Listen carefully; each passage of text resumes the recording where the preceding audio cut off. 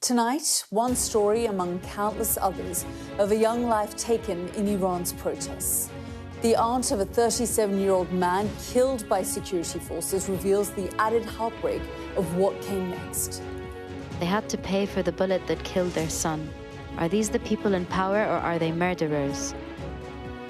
Meanwhile, Iran dispatches its top diplomat for a second round of US talks, overshadowed by threats of strikes. So it's diplomacy with US forces poised and an American president who says regime change may still be the best thing for Iran. Also ahead, Imran Khan's health behind bars. The former Pakistan PM's team tells us he's being denied proper treatment for failing eyesight. Australian women and children hoping to finally head home from a camp in Syria are turned back. And is the truth still out there? Former President Barack Obama says aliens are real. All that ahead on The World with me, Yalda Hakim.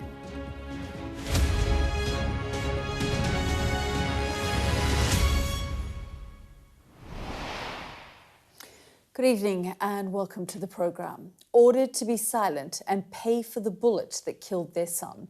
That's the experience described by the family of a 37-year-old man called Imran, who joined January's mass demonstrations against Iran's government. His killing and that of countless others in a brutal crackdown was what prompted the US president to send warships towards Iran, promising protesters help is on the way. But Donald Trump's threats of strikes remain just that, threats, as he tries to force Iran to make a deal on its nuclear program. More talks via mediators are set for tomorrow, but Trump says regime change is still a real option. Well, it seems like that would be the best thing that could happen. For 47 years, they've been talking and talking and talking. In the meantime, we've lost a lot of lives while they talk. Well, shortly, I'll speak to one of the negotiators who put together the previous Iran nuclear deal that President Trump tore up. But first, our Europe correspondent, Siobhan Robbins, reports on the grief of one Iranian family. This is all Nasrin has left of her nephew, Houman. He was killed while protesting against the Iranian regime in early January.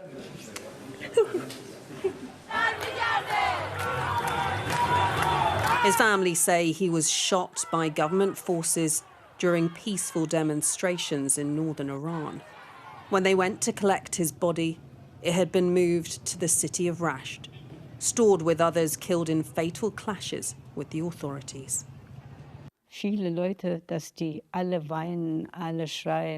They saw so many people crying, all screaming, suffering in every way possible. There were several containers. They said the body was in the containers. When they opened the doors, there were several corpses stacked on top of each other. They had to look for their son.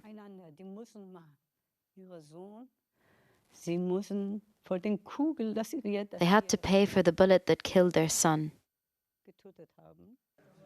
Houman was 37 when he died. His wife, now a widow. His friends say an hour before he was shot, he said if he didn't return, he died so others could be free. Who do you think's responsible for his death? The Iranian government, the mullahs, they're all murderers. They all have the blood of the Iranian people on their hands. They shoot the young people and then they demand money for the bullet. Are these the people in power or are they murderers?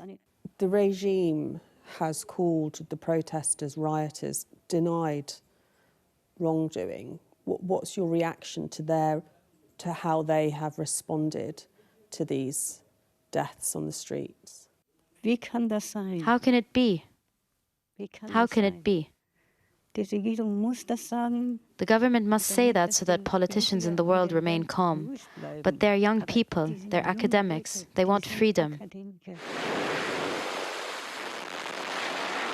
Following the crackdown, Donald Trump has sent warships towards Iran and repeatedly threatened to use force to make them reach a deal on their nuclear program, with talks ongoing.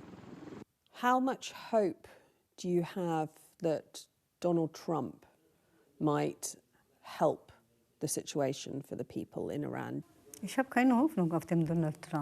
I have no hope about Donald Trump. They could already help many other Iranian people.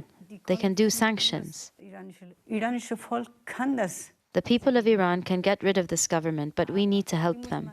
They don't need war. Would you support foreign powers going in to help overturn the regime, or does this change need to happen from Iran, inside Iran, just the people? From within. From outside, they just want war. They want to destroy our country. We don't want that. Powerless to push for change inside Iran, Nasrin joins protests in Germany demanding democracy and justice for the dead. Both may fail. Iran's government's released the names of around 3,000 people killed in recent protests, including civilians and security forces. They blame rioters and foreign interference for fueling the violence. Siobhan Robbins, Sky News, Berlin. Well, Iran's Foreign Minister Abbas Araghchi sat down with the nuclear watchdog chief today in Geneva, where his negotiators will be involved in another round of talks with the US tomorrow. But in the Strait of Hormuz, a crucial shipping artery, Iran has started military drills as US forces deployed to the region remain ready. Well, on Friday, President Trump was asked what Iran's leaders could do to avoid being attacked. Have a listen. If they give us the right deal, we won't do that. But, you know, historically, they haven't done that. I will say they want to talk, but so far they do a lot of talking and no action. When are those talks, Mr. President? When are those talks? They've already started. Do you want regime change in Iran? Well, it seems like that would be the best thing that could happen. For 47 years, they've been talking and talking and talking. In the meantime, we've lost a lot of lives while they talk, and legs blown off, arms blown off, faces blown off. This has been going on for a long time, so let's see what happens. In the meantime, we have tremendous power has arrived, and additional power, as you know, another carrier is going out shortly.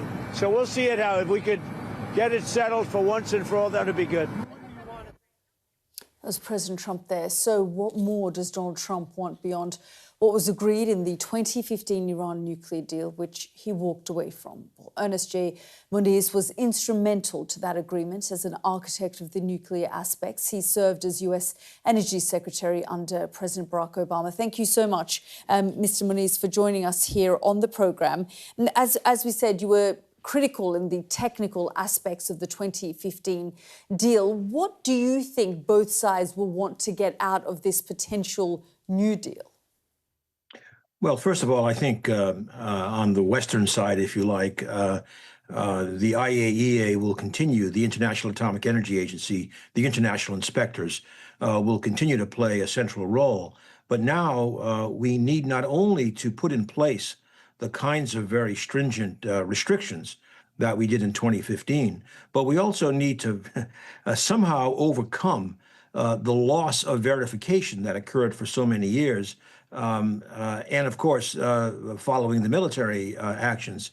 So I think the first talks that the Foreign Minister Araghchi will have with Grossi, the head of the IAEA, will be very critical, because if the Iranians are not forthcoming enough in terms of verification, in terms of allowing the IAEA to reconstruct what's happened, in terms of finding out what happened to the 60% enriched uranium that they had created, without that, I don't believe talks with the United States will get very far.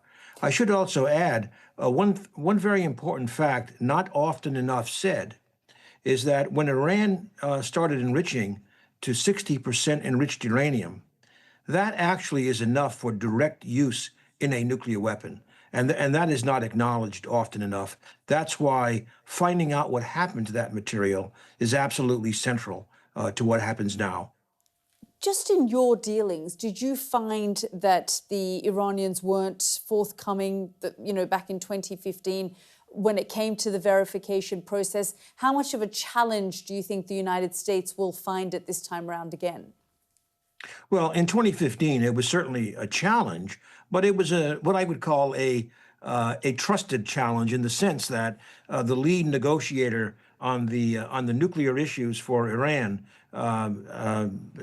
was someone who had also gone to MIT. We had a bit of a connection there, and it allowed us to do difficult, tough negotiations, but productive ones.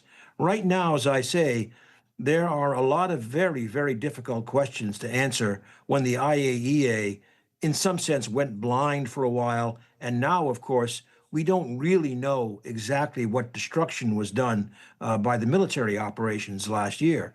So in some ways, there are harder challenges. But I will, on the other side, say that there are some benefits, some improvements for negotiating a deal right now. First of all, of course, Iran is much weaker, especially in terms of its regional proxy forces, Hezbollah and Hamas.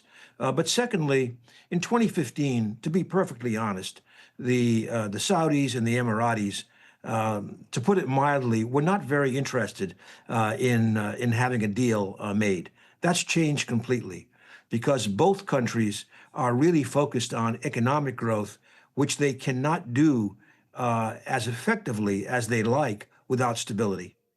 So just in hindsight then, we know that the 2015 deal, the JCPOA, was torn up by President Trump. In hindsight, if you were to give him and his team some advice on how to handle it this time round, what would you tell them?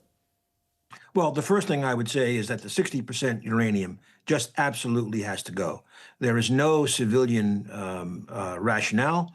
And as I said, it is directly usable in a nuclear weapon. That would be a sine qua non.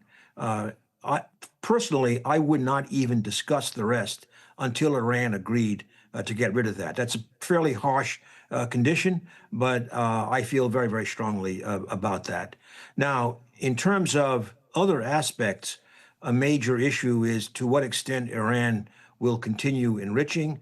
I believe there are ways, for example, regional collaboration, which would have no country in the region exercising the most sensitive parts of nuclear technology by themselves. That would include Iran, for example. So I think there's a lot of space to negotiate, but as I said, verification and eliminating the highly enriched uranium is paramount. Well, we know that the Biden administration tried to, revive the 2015 deal and didn't get very far. Do you think that the Iranian regime is serious about coming up with a new deal, or do you think that they're going to try and buy time and string this administration along as well? Well, I think Iran, frankly, has little choice other than to find a deal, given all of their internal difficulties, economic and otherwise. But I think they're also very wary of dealing with the Trump administration because of what happened in 2018. Well, I think, frankly, they have to get over that. They have to engage in serious discussions, in my view, and have the Europeans, and as I said, the Emiratis and the Saudis basically endorse the deal. Frankly, I don't think Israel is going to be endorsing any deal at the moment, but I think there are enough pieces on the table. I also believe, frankly, that the Trump administration would prefer a deal. I think they're a bit skeptical about getting an adequate set of concessions from the Iranians. But I do think they want a deal, but they won't wait forever for it. I think the Iranians are going to have far less time to reach a deal now than they did in 2015. I remind you, in 2015, before we reached the final deal, there was even a preliminary deal with some modest sanctions relief, followed by greater sanctions relief for the deal. So that time is not going to be available to them, in my view. Secondly, I believe the administration is understandably, given events of the last few years, much more focused on getting some concessions in terms of Iran's long-range missile force. That is something that we in 2015 were planning to negotiate after the deal was set and after confidence was built up on both sides. When President Trump tore that up in 2018, obviously that confidence was gone, and those negotiations have never really happened. But they will probably be engaged now, and we will see how far the Iranians are willing to go. They do need a deal, that's for sure. And as I said, our own partners in the Gulf region also would like a deal. So there is some alignment. Mr. Moniz, thank you so much for your time. Most welcome. Okay, let's go to neighbouring Pakistan now and the health of the jailed former Prime Minister Imran Khan. One of his lawyers says Mr. Khan has lost 85% of the vision in one of his eyes, blaming improper and delayed treatment. Well, the 73-year-old, who was ousted as Prime Minister in a contentious no-confidence vote, has been in prison since 2023. Last year, he was sentenced to 14 years over a corruption case and 17 years for buying state gifts at a knockdown price. Together, more than 30 years. He denies any wrongdoing in those cases, and the 100 or so others against him saying it's all politically motivated. Well, I sat down with Imran Khan's spokesperson, Zulfi Bukhari, and asked him about the situation with his health. There was lots of news and reports about him losing eyesight in one of his eyes, about 85% of it. Since then, there's been a massive ruckus caused, as everyone has seen, on the streets of Pakistan and also on media and social media. In a result of that, we've kept to two demands. One, that his personal physicians get to see him, and one, that one of his family members gets to see him because he's been in isolation for nearly over 90 days now. In the meantime, what's happened is that he has gotten checked up last night. So that's the recent development, where a fully equipped ambulance went into the prison, and with doctors who then reported to more senior doctors, as we've been told, and they've issued a report publicly. Now the question still remains is that why is an ambulance being equipped and sent into prison, whereas it was always for him to go to an appropriate hospital with the appropriate equipment, which is Shifa International. Secondly, the doctors did call up his personal doctors from his cancer hospital, however, which he released a video today. But however, this all still remains in hearsay, and our demands still remain the same, that why are we getting phone calls and just being told and reports?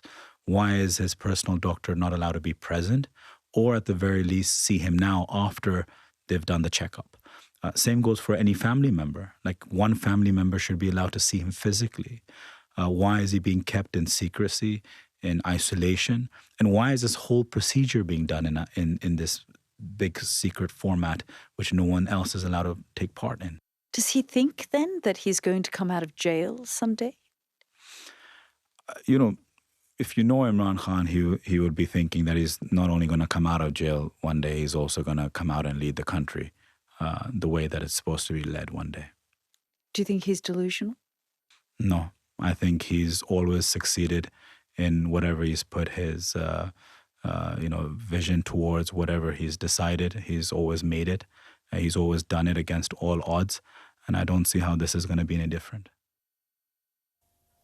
That's Zulfi Bukhari, a spokesperson for Imran Khan. And more of that interview is available now on the World's YouTube page, and it'll be included in this week's podcast. The latest episode will drop on Wednesday. We've been reaching out to Pakistan's government today, asking for their response to Imran Khan's team's comments about his health. They're yet to respond. It's worth noting that the Information Minister said in recent weeks that Mr. Khan had undergone a brief medical treatment for an eye condition in hospital and described him as being in good health. Now, since returning to the White House, President Trump and his administration have made it clear to Europe that they need to do more to defend themselves. Now, after the weekend Munich Security Conference, they're selling it to the people. The British and German military chiefs have made an unprecedented joint statement making the moral case for European rearmament. Our defence and security analyst Michael Clark has been examining what that looks like. It was fairly clear at the Munich Security Conference at the weekend that the European leaders had crossed a perceptual threshold in the last few months. Under the pressure of what's been said by President Putin and President Trump, they've all decided that the Europeans have got to do a lot more for their own defence. And very strong statements were made by 4 leaders in particular. So Keir Starmer, very strong statement.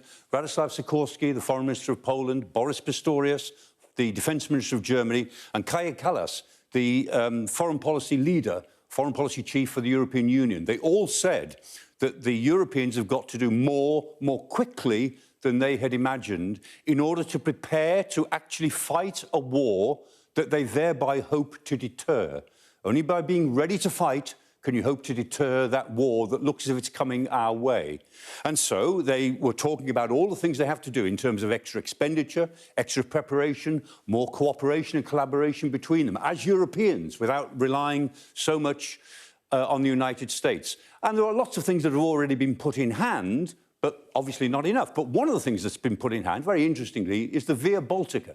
The Via Baltica is a road, right? It's a road that goes from Warsaw to Tallinn in northern Estonia. It actually is the E67. It actually starts in Prague. But the modern bit of it goes from Warsaw right up to the north to Tallinn. And the point about the Via Baltica, it looks like a good old civilian dual carriageway. It's a military road.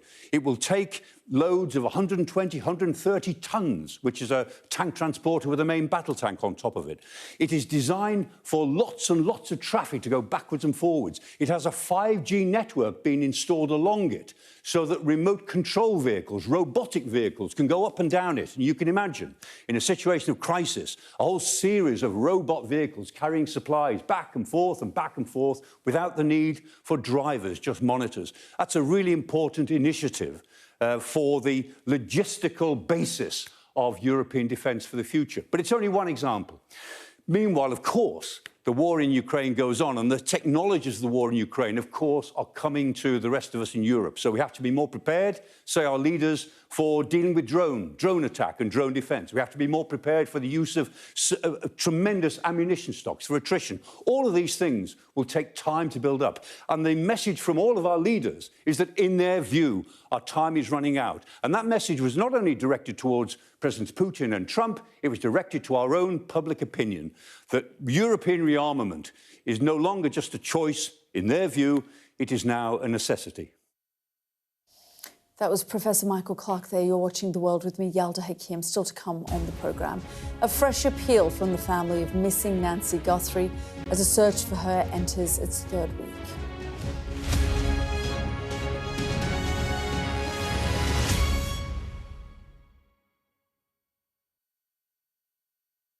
Well, hello, and thank you for watching The Wrap. Every night of the week. We will be joined by the very best commentators to explain the how and the why. This cannot stand. Stupid thing to do. He did know what he was doing. You can expect more analysis. This is going to get deeper. I think it's going to end up with Russia. Is war inevitable? What he's interested in is a deal. That doesn't rule out strikes. I disagree. And laughs along the way. Plus, a look at tomorrow's headlines. The Wrap. Everything wrapped up for you from 10.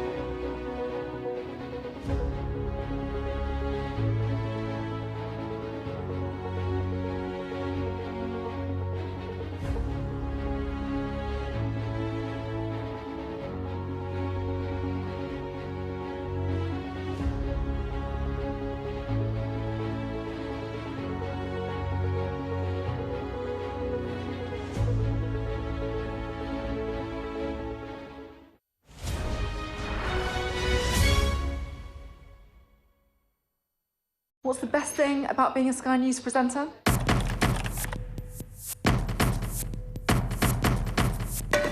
We've done the work and the reading, so you don't have to. Being a Sky News presenter. Hello and welcome. Westminster, the heart of British politics. I'm so sorry about what happened to you. So what on earth is going on? It's not true. Can I tell you what I think? It's really unusual. Mornings with Ridge and Frost. Let's crack on. Let's get started. What's the best thing about being a Sky News journalist? Who's funnier? Being a Sky News journalist. A special edition of The World with me, Yalda Hakim. Pakistan had the right to respond. You're like, what? Historic day here today. Congratulations, this is a huge moment. But what happens now? The best thing about being a Sky News journalist? They call him the king of the jungle. Being a Sky News journalist. Yusra Al-Baghir has this report. And this is what's left of it. As a woman of colour, how did the Harris campaign speak to you? People risk their lives to speak to us for this report. Mr. Zuma, Sky News. We're trying to see as much as we can. We still have hope. That's the latest message from US TV host Savannah Guthrie as the search for her missing mother enters its third week. The latest breakthrough in the case has seen the FBI find a glove in a field 2 miles from where Nancy Guthrie is believed to have been taken. They say it matches the one worn by a masked person caught on CCTV outside Nancy's home. As the search continues, Savannah Guthrie uploaded a new video urging those responsible to do the right thing. Have a listen. It's been 2 weeks since our mom was taken, and I just wanted to come on and say that we still have hope, and we still believe. And I wanted to say to whoever has her or knows where she is that it's never too late. Savannah Guthrie there. Let's bring in our David Blevins. I mean, David, this is just an absolute nightmare. You can see the pain and the angst that the entire family, and especially Savannah Guthrie, putting out those videos, is facing right now. Yes, agony for the family and still many questions for the FBI as they attempt to solve this mystery. They have had a couple of developments in the last 24 hours that are significant, both linked to that doorbell camera footage they were able to retrieve despite it having been disconnected. The glove from which they're analysing DNA, they say appears to match one worn by the masked man in that footage. That'll be entered into a national database now to try and identify a potential suspect. They've also been able to ascertain that the very distinct backpack seen in that video is only sold by Walmart. So investigators are now working with Walmart to try to identify people who bought that either in a store or online in recent weeks. And those developments may be the reason for Savannah Guthrie's ongoing hope. But given the focus on this case right now, you won't be surprised to hear that it's attracting a lot of attention from true crime enthusiasts, amateur sleuths who are doing their own bit to crack the case online and fueling all sorts of conspiracies, some of it related to the family, to the extent that within the last few minutes, the county sheriff, Chris Nanos, has issued this statement. He says, to be clear, the Guthrie family, to include all siblings and spouses, has been cleared as possible suspects in this case. The family has been nothing but cooperative and gracious and are victims in this case. To suggest otherwise is not only wrong, it is cruel. The Guthrie family are victims, plain and simple. Please, I'm begging you, the media, to honour your profession and report with some sense of compassion and professionalism. It's a distraction the FBI doesn't need right now, because the longer this goes on, the greater the concern. Nancy Guthrie's 84 years old. She has limited mobility, uses a pacemaker, needs medication daily to control high blood pressure, and she's now been missing for more than 2 weeks. But I have to say, Yalda, no matter where you go, from small town diners in rural America to the big newsrooms in the city, it is the question everyone is asking: where is Nancy Guthrie? And that is partly because her daughter is a household name. Savannah Guthrie should be hosting the Winter Olympics in Milan right now, not making heartfelt appeals for the safe return of her mother. And partly because this touches something universal: the discomfort in all of us that comes from a lack of closure and the longing to know what has happened to this woman. Yeah, absolutely. As you say, Savannah Guthrie, a household name. I mean, you know, it would have put many people who are public figures across America on high alert when something like this happens to anyone, but let alone when someone is in the public eye and someone's making demands for ransom. And this has clearly captured the entire nation. Yes, that is absolutely the case, because Savannah Guthrie doesn't just host the Today Show. She hosts the Olympics. She hosts the Macy's Thanksgiving Day Parade.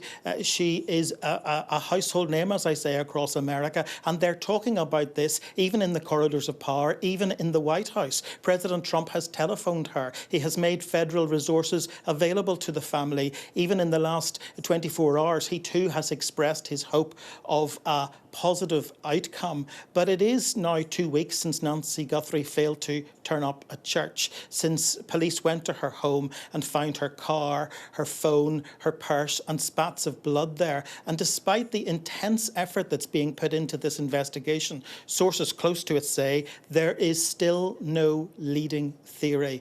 And let's face it, right now they don't have time on their side, Yalda. David, thank you as always. This is The World with me, Yalda Hakim. Next up on the programme, the Australian women and children with alleged ties to Islamic State who were hoping to leave Syria are forced to return to their detention camp.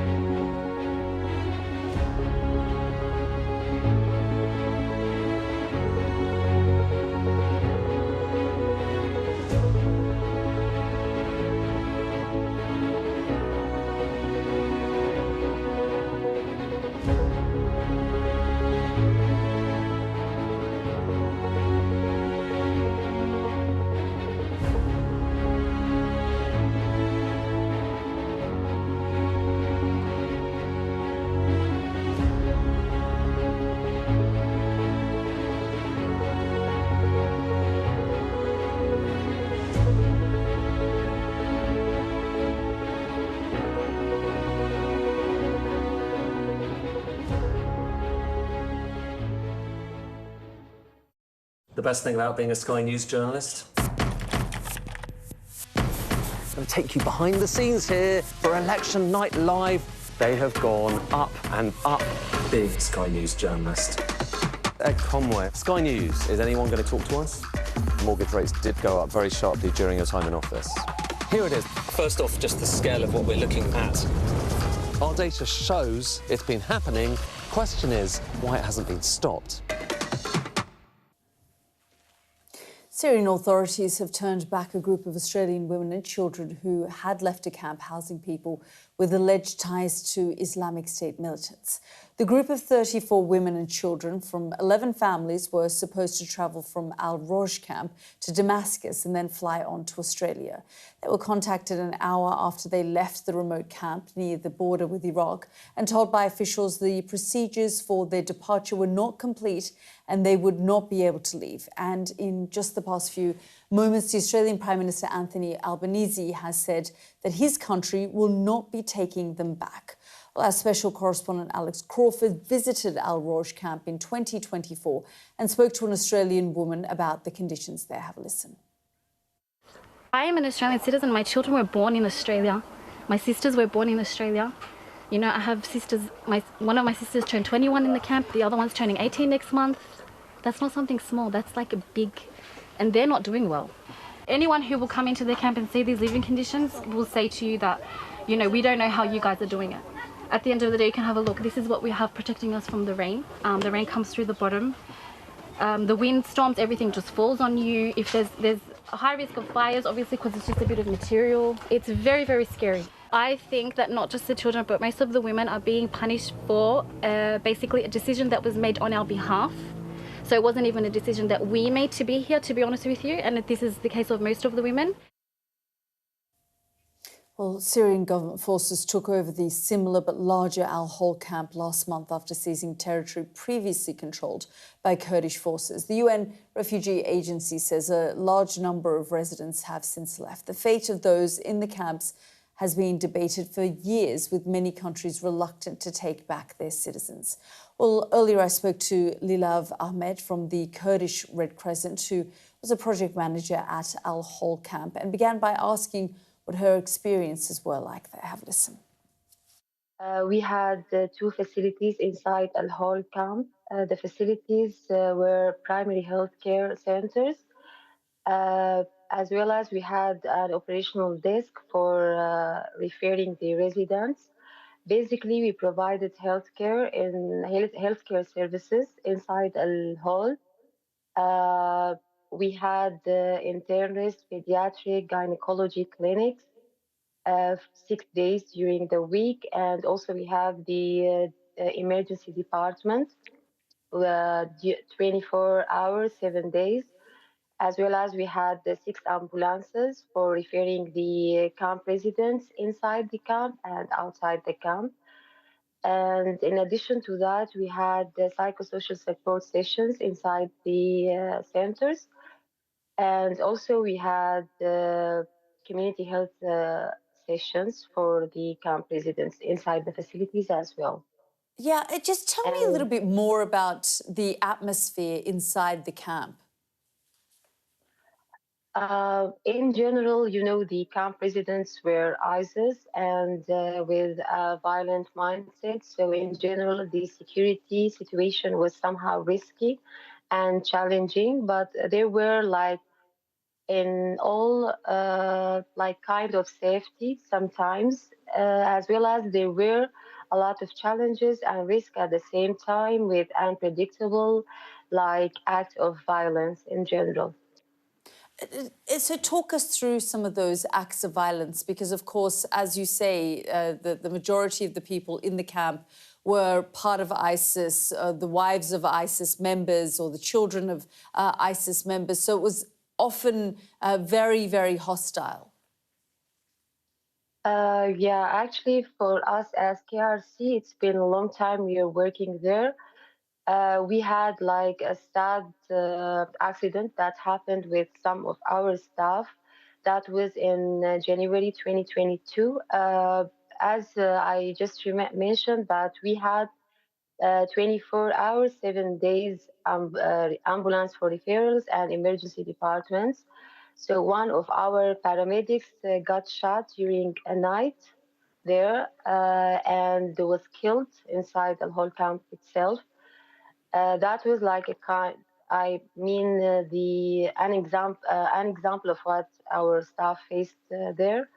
And also, in general, we have like some protocols for all those residents to enter the facility and get a treatment.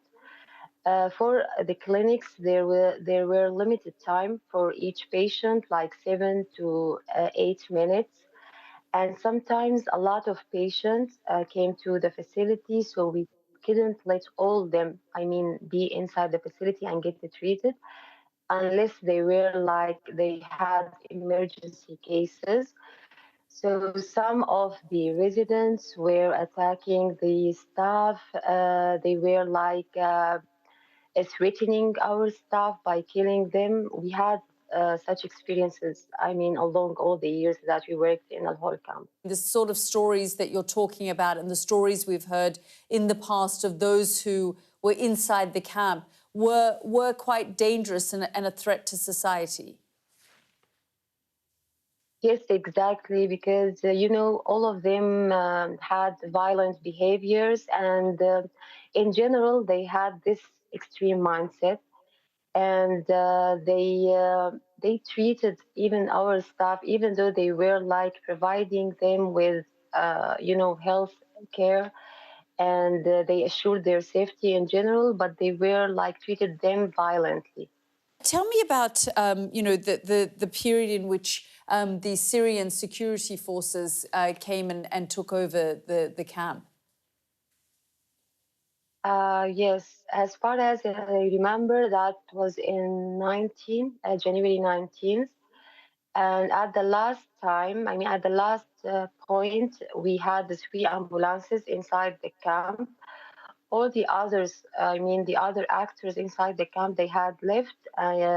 Only the emergency department was functioning by that time. And then the security forces of the SDF, they told they told our colleagues there to leave as well, because it was not safe anymore to stay. And there it was like a huge chaotic atmosphere inside the camp.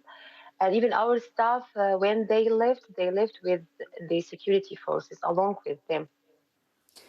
Do you think that we will start to see cases of many of these foreigners, as we've seen in Al-Roj, another camp, of the foreigners trying to leave places like Al-Hol and trying to leave Syria?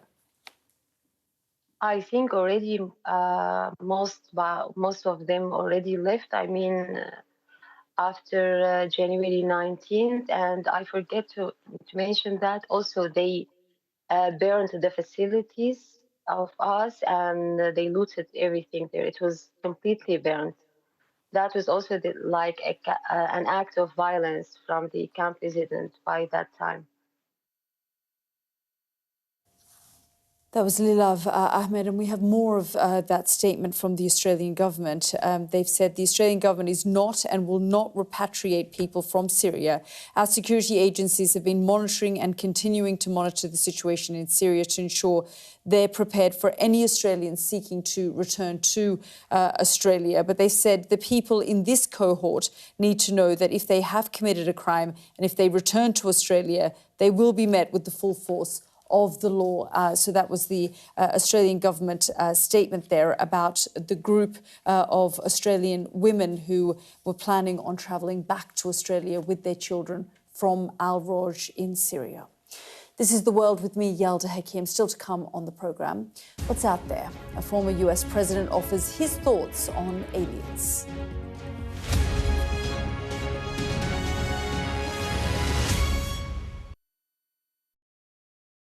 Over there, to your left. There have been airstrikes every day. Hezbollah are very sensitive about us showing any pictures, and we're being hurried away right now. It felt akin to riding into some sort of Armageddon. Many other areas have been hit badly. There are shells coming in every few minutes.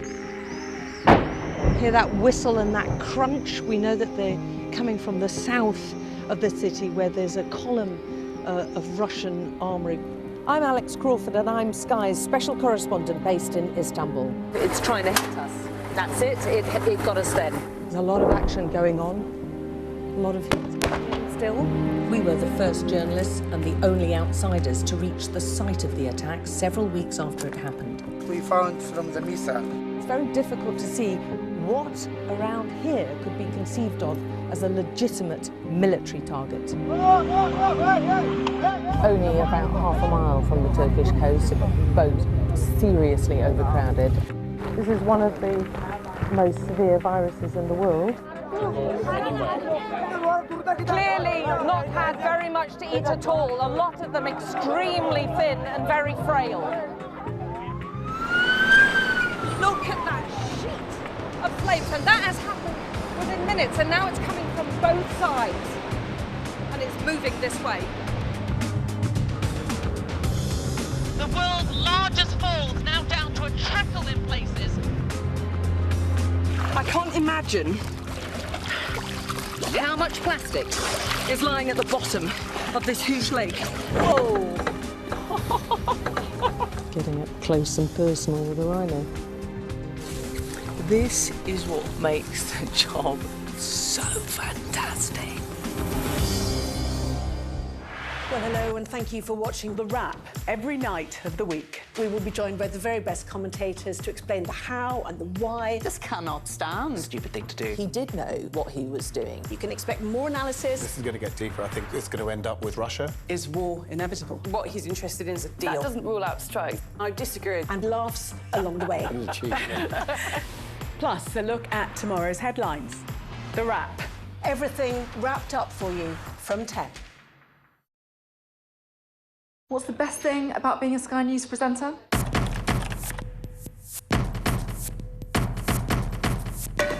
We've done the work and the reading, so you don't have to. Being a Sky News presenter. Hello and welcome, Westminster, the heart of British politics. I'm so sorry about what happened to you. So what on earth is going on? It's not true. Can I tell you what I think? It's really unusual. Mornings with Ridge and Frost. Let's crack on. Let's get started. What's the best thing about being a Sky News journalist? Who's funnier? Being a Sky News journalist. A special edition of The World with me, Yalda Hakim. Pakistan had the right to respond. You're like, what? Historic day here today. Congratulations, this is a huge moment. But what happens now? Now, for those searching for life beyond our planet, it's often assumed that world leaders, particularly American presidents, know more than they're letting on. One former White House occupant, Barack Obama, has been asked his thoughts on aliens during a podcast. Have a listen. Are aliens real? They're real, but I haven't seen them, and they're not being kept in, what is it? Area 51? Area 51. There's no underground facility, unless there's this enormous conspiracy, and they hid it from the President of the United States. What was the first question you wanted answered when you became president? Where are the aliens? Where are the aliens?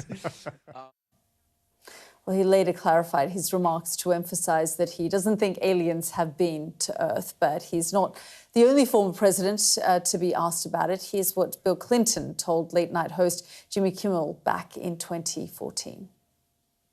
If we were visited someday, I wouldn't be surprised. I just hope that it's not like Independence Day. You and Bill O'Reilly would be hiding in a bunker together.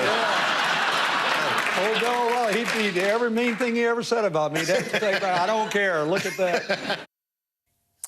Let's speak now to Dr. Subhajit Sarkar, a lecturer in astrophysics at Cardiff University. Thank you so much for joining us here on the programme. So we heard what President Obama said in the last couple of days. It's garnered a lot of attention. Why do you think it's caused the sort of stir? Because you can see there watching that clip that he did sort of say it in a tongue-in-cheek way.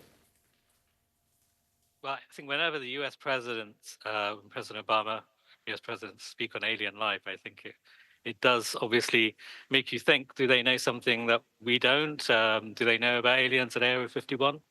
But I think obviously he clarified his remarks a bit. And I think President Obama is actually probably reiterating what is the scientific consensus today, which is that it's almost certain we think that life probably does exist somewhere in the universe.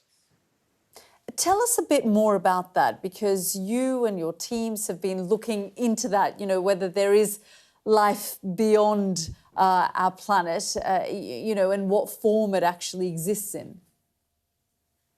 Yes, I mean, last year I was part of a team that looked at a planet called K218b, which is a small planet, and we found, I have to admit, tentative signals of what on Earth is considered a biosignature gas.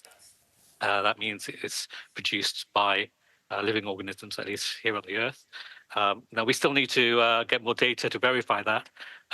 But if it did turn out to be a biosignature, it would probably indicate some kind of quite simple life, maybe marine microbial life or something of that sort. And, I think statistically speaking, there are so many stars out there. There's billions of stars in our own galaxy. There are billions of galaxies. And we actually have hard numbers now of the number of Earth-sized planets which are in the habitable zones of stars. About a quarter of Sun-like stars have Earth-sized planets in what we call the habitable zone. It doesn't mean they're habitable or they have life, but the potential for life is there. Even if a very small number of these planets had life, the universe would be teeming with life. Now, that life might be very simple, but it would still be extraordinary.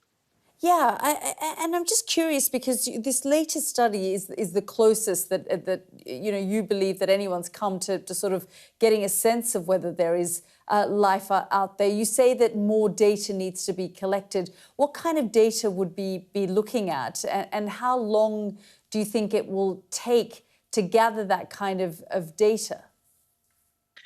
Yeah, so when we look for life on exoplanets, so planets around other stars, what we try and do is to get basically a fingerprint of the atmosphere, the spectrum, and that spectrum encodes in it the presence of gases which are in the atmosphere. But there's always a lot of noise on that spectrum, and so when we interpret it, we have a certain level of confidence about the result. And so some results can be very confident. I think with the DMS result, it is of a fairly low confidence, but there's something, there that requires us to do more studies, basically. So we need to go back to that planet, get more data, and basically build up that signal to noise, and that will really answer questions about, whether the DMS in K218b is actually there. I mean, I think the point also here is, given the attention that President Obama's comments have gotten, is that, frankly, people are interested in this and are curious. And, whether it's Hollywood or conversations on social media platforms now around conspiracies like this, there is this kind of overwhelming feeling that perhaps there is something out there, and people are often looking for these kinds of answers. Yeah. And, I think that there's the famous Italian-American physicist, Enrico Fermi, actually asked this very question. It's called the Fermi paradox. So he posed the question to his fellow scientists: the universe is vast, it's been around for a very long time. Life would have arisen somewhere. And maybe some of these places, technological life would have arisen and could have reached a level of technology greater than our own. So his question was, where are they all? So there are a number of answers to the Fermi paradox. Perhaps one of the more interesting ones is something called the zoo hypothesis, which is that they are here. And, we don't see them, or they're hiding themselves, a bit like the Prime Directive in Star Trek. But there are some more mundane solutions as well. So the vast distances between stars, I think, are possibly insurmountable. We would need to have some kind of new technology to travel those distances, like faster than light technology. And although it happens in science fiction, it's quite possible that in reality, it's not possible to travel faster than light. Or it could be the case that technological civilizations are very, very rare, and we're all separated by these vast distances in space, and we just aren't able to communicate or travel between the stars. So, we don't know the answer to the Fermi paradox. So hopefully one day we'll have a better idea. I've got 30 seconds left. Do you think we'll ever get the answers? I think that we will find, I think it's very likely that in the foreseeable future, we may find evidence of life on another planet. That could be in our own solar system, or it could be on an exoplanet. But we have the technology, we've shown we have the technology to do that now. Yeah. So I think it's quite possible. Now, whether we find technological life, alien civilizations, it's a completely different question. Dr. Sarkar, we'll have to leave it there. Thank you very much for joining us. Thank you. Thank you. Thank you so much for watching this edition of The World. We'll be back again tomorrow night. Goodbye for now.